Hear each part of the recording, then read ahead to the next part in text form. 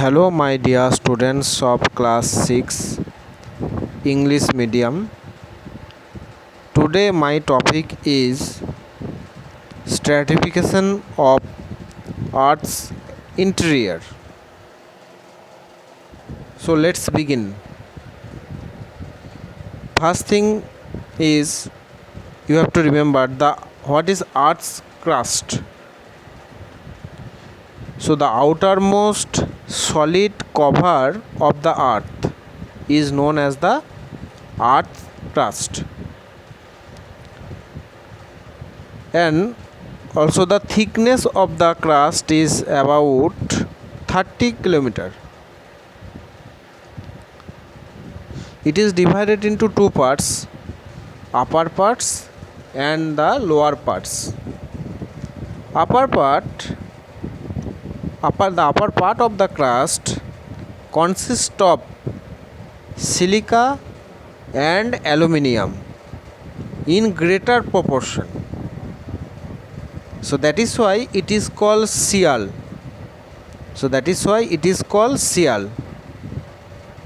And it consists silica, aluminium in greater proportion. And on the other hand, the lower part of the crust is called sima.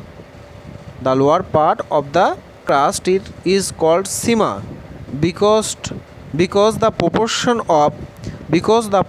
of silica and magnesium. Okay. Next, come to the mantle. What is mantle? This layer lies just below the crust is called mantle. Then the most important portion, core. What is core? The earth's core lies below the mantle. Just below the mantle the core is actually placed, is situated. Earth's core lies just below the mantle. Its radius is 6,371 km. It is divided into two parts, the outer core and the inner core. The outer core is probably in a liquid state, but on the other hand, the inner core is a solid state. The core mainly consists of nickel and iron. So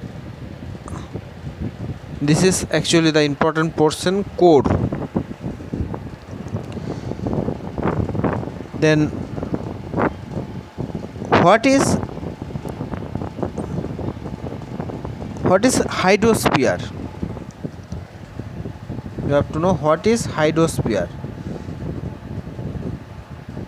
As we previously know that it is divided into lithosphere, hydrosphere and atmosphere.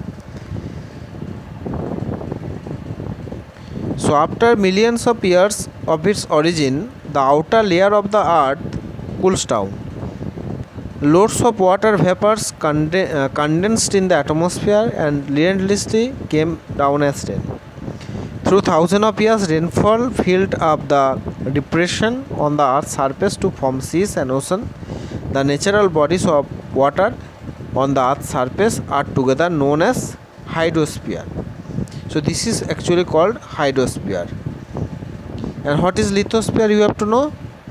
The landmass is mainly made of rocks and soil. It is a part of the lithosphere. Only 1/4 of the earth crystal surface is a landmass. So the landmass is mainly of the rock and soil. It is a part of lithosphere. Okay. You know that earth is also called as the blue planet. So why? The earth appears bright blue from the space as 3/4 of its surface is covered with water. No other planet in the solar system is loaded so heavily with water. That is why Earth is called blue planet. This is important, very very important. Why Earth is called blue planet?